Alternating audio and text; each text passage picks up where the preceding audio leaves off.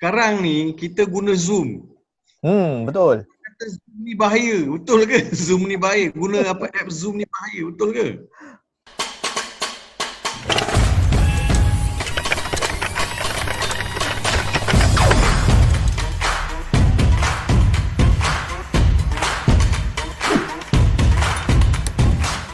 Okey, bismillahirrahmanirrahim. Assalamualaikum warahmatullahi wabarakatuh. Sahabat saya, Ustaz Dr. Farid Ravi, apa khabar? Kabar baik, sahabatku Dr. Syarul Nizam. Allah, lama dah kita tak berjumpa. Since PKP. Dalam media sosial ni kita kena skema ke atau tak payah skema? Kita buat santai sajalah. Santai saja, pantai aje lah. Santai je lah kan. Sebab ni public tengok kan. Okay, alright. Sehat lah? Alhamdulillah. Alhamdulillah. Okey, kita sehat dah masuk ke mana? Minggu keempat lah. Sehat maksudnya semakin sehat. Dah tambah kilo. Jangan bangun. Jangan bangun. Biar muka je masuk video. Aduh. Allah Akbar. Okey. Hari ni kita berjumpa secara online untuk sesi Sembang IT, di mana kita akan buat sesi bersoal jawab antara kita berdua lah. So, enta tanya ana tanya anta pula lah. Boleh. Alright. Alhamdulillah. So, mungkin kita peruntukkan lebih kurang dalam 2-3 minit lah untuk jawab satu soalan tu. Ada beberapa soalan nanti kita akan kita utarakan. Ana tanya anta tanya ana lah. So, siapa nak mula dulu? Anta mau tanya dulu ke atau ana tanya dulu ni? Bagi peluang. Bagi peluang apa Syarul tanya dulu. Okey, alhamdulillah. Okey, gini Ustaz. Kita sekarang ni dalam fasa PKP, nak masuk PKP 3.0. Dah hampir 4 minggu kita menjalani kehidupan PKP ni lah. Jadi corak kehidupan kita dah berbeza, anak-anak pun belajar pun dah berbeza, kehidupan mereka di rumah hanya bergelumang dengan apa yang ada di dalam rumah sahaja. Dan yang dekat dengan mereka sudah tentulah media sosial, kan? Sekarang ni mereka belajar pun guna media sosial. Jadi macam mana kaedahnya untuk kita educate anak-anak kita ni menggunakan media sosial, kan? Di rumah, konten mana yang sesuai mereka tengok. Adakah kawalan tu kita sendiri yang kawal ke ataupun guna software ke? Macam mana tu Ustaz?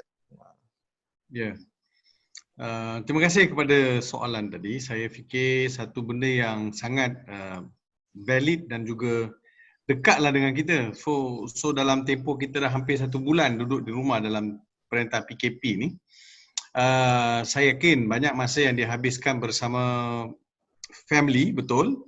Tapi dalam masa yang sama juga betul atau tidak kita menghabiskan masa mengikut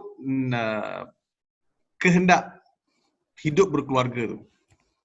Saya khawatir begini, dalam dunia teknologi yang serba moden ni, mak ayah ada handphone, anak-anak pun ada handphone. Let's say lah sekarang semua ada handphone. So masing-masing pegang handphone masing-masing dengan kerja masing-masing. So dia tidak mendatangkan maksud yang dikendaki hidup, membina keluarga dan juga membina environment kasih sayang dalam tempoh PKP. Saya tak ada masalah kalau setiap anak ada gadget ataupun setiap anak ada telefon. Tak ada masalah. Tapi dalam masa yang sama kita mesti memastikan bahawa tidaklah benda itu saja yang dihadap oleh anak-anak ni. Itu yang kedua. Pertama sekali saya sebut ibu bapa kena create environment. Keduanya anak-anak memiliki teknologi tidak salah. Sebab contoh macam anak saya yang belajar yang duduk asrama, bila duduk di rumah sekarang ni setiap hari ada kelas secara online. Okey, itu yang kedua. Yang ketiga soalannya, perlukah kita guna software untuk kontrol? kalau keadaan sudah jadi dalam suasana tak dapat dikontrol, maksudnya lost control, perlu ada software control. Betul tak? Dalam rumah pun kita boleh kontrol ya. Susah Rumah lah. tak boleh control. Dia kata teknologi sekarang ni end of fingers dan juga very easy to access apa saja dalam dunia teknologi, dalam dunia internet, dalam dunia cyber ni macam-macam ada. Betul. So nak tengok penggunaan tu ke mana pergi. Betul. Saya kan, bila saya tengok ada macam-macam apps, ada macam-macam program yang di-introduce melalui beberapa apps kan, saya kata wah, teknologi ni kalau diguna, orang boleh belajar macam-macam. Memang? Orang boleh belajar macam-macam benda baik. Macam-macam benda orang boleh belajar benda baik. Tapi Betul. dalam masa yang sama juga, boleh melalaikan. So, choice is yours. Pilihan adalah kita sendiri. So, okay, kita kembali balik. Macam mana kita nak kembalikan family atau keluarga kita ni? Pertama sekali, ibu dan ayah mesti pandai atur jadual di rumah. Macam saya kalau di rumah, macam mana saya buat, saya akan ajak anak-anak saya masak, saya ajak anak-anak saya mengemas, saya akan ajak anak saya solat berjemaah. Ya. So, saya nak biar ada kebersamaan. Inilah peluang ni pun sarap. kan. Ya, kalau tak sibuk kan, betul. Allah bagi masa bersama keluarga dimanfaatkan. So saya fikir apa yang saya boleh cadangkan ialah teknologi tidak salah, tetapi bagaimana dimanfaatkan teknologi itu yang perlu kita tahu. Teknologi boleh memajukan sesebuah negara, teknologi juga boleh menghancurkan sesebuah negara. Betul. Teknologi boleh memajukan sebuah keluarga dan teknologi juga boleh menghancurkan sesebuah keluarga. So kita tak boleh nak blame the system, kita tak boleh blame environment seperti mana ikan di air masin, ikan di laut.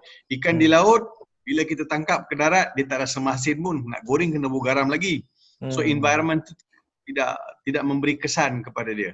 Hari ini kita nak sebab kita kena pandai menyesuaikan kehidupan kita dengan situasi seharian supaya nampak nilai dan ciri-ciri yang membawa kepada kebaikan sama ada hidup di dunia maupun di akhirat.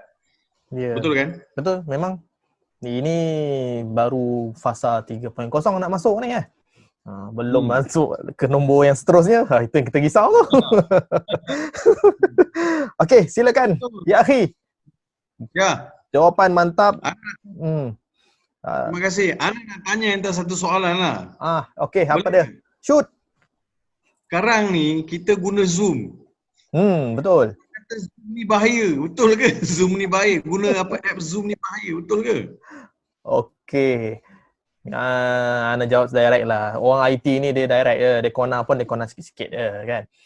Jadi kalau ikutkan kalau kita ikutkan software ni, mana ada yang sempurna kan. Dia mesti ada loophole dan sebagainya. Jadi kalau ikutkan Zoom ni pun samalah. Dia ada kelemahan. Jadi memang heboh tempoh hari kan. Ada security loophole kat situ lah. Mana sampai ada yang mendakwa hilang duit akaun bank dan sebagainya kan.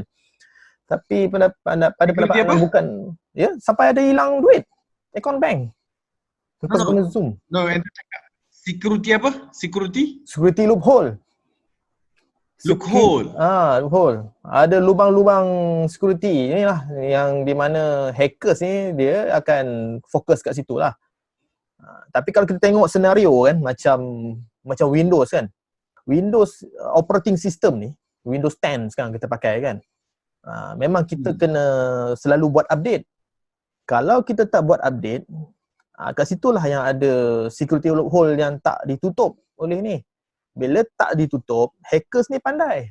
Dia bukannya nak mencari lubang-lubang tu, dia tengok based on apa yang Windows release yang nak tutup lubang tu.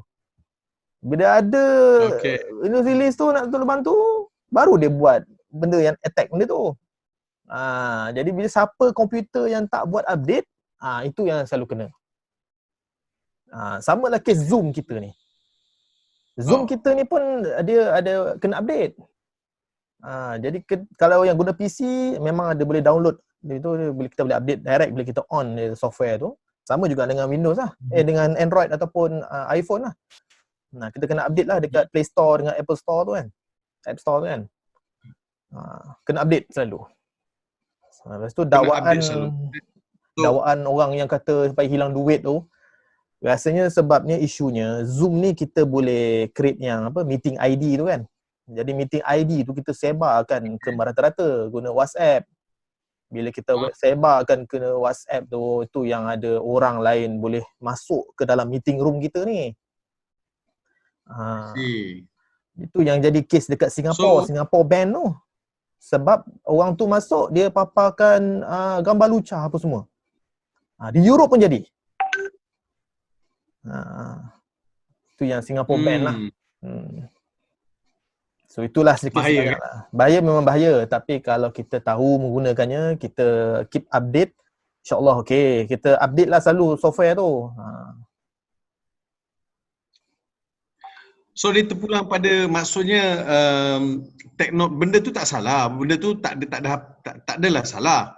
Tapi disebabkan adanya peluang untuk hackers ni mencari laluan-laluan untuk menceroboh masuk dalam akaun seseorang, itu yang jadi terpapar. Saya selalu cakap, sampai ada kawan-kawan yang buat, macam saya ada kelas mengaji kan, ada kelas mengaji orang kawan, dia kata, Ustaz kalau boleh kita tak nak guna Zoom lah, kita mengaji. Saya kata mengaji je pun, bukannya transfer, bukannya kita bincang benda dasar. Kita dasar, kita tak bincang masalah-masalah security, benda-benda keselamatan dalam negara ke, keselamatan sistem. Kita tak bincang, kita belajar. You baca, saya betulkan apa benda nak takut dengan Zoom. So bagi saya, Zoom itu keseluruhannya taklah suatu yang tak elok langsung. Saya setuju dengan apa yang Dr. sebut. Maksudnya mana ada sistem yang tak ada kelompongan. That is a great word. Maksudnya jangan you rasa yang ni tak selamat, you pergi kat lain. Yang lain pun belum tentu selamat. Betul. So, kita tengok macam mana kita gunalah. Kalau you rasa tak boleh, key pertama, tak ada sistem yang tak ada peluang untuk diceroboh. Yang keduanya, untuk mengelakkan pencerobohan itu, maka hendaklah sentiasa di-update. Update. Sebab hackers akan sentiasa mencari peluang. Bila sampai dia nak cari peluang, dia nak hack aja, kita dah update. Dia kena cari. Betul Betul. Faham. Dia yang masalah yang meeting ID tu kan. Meeting ID ni Zoom ni pandai juga. Dia business entity. Dia kalau kita boleh ubah meeting ID tu yang nombor ada 9 nombor tu, kita boleh ubah. Kita boleh ubah kat Zoom, tapi kita kena bayar. Jadi kalau kita bayar okey lah. Mana setiap kali kita nak on video, kita bagilah ID yang baru. So tak ada masalah orang akan ceroboh video kita lah. I see. Dia sekarang ni yang kena ceroboh ni yang free lah. Iyalah, macam kita lah sekarang ni. Aduh. Okey, halas. Nak sangat free kan? Itulah dia. Itulah dia.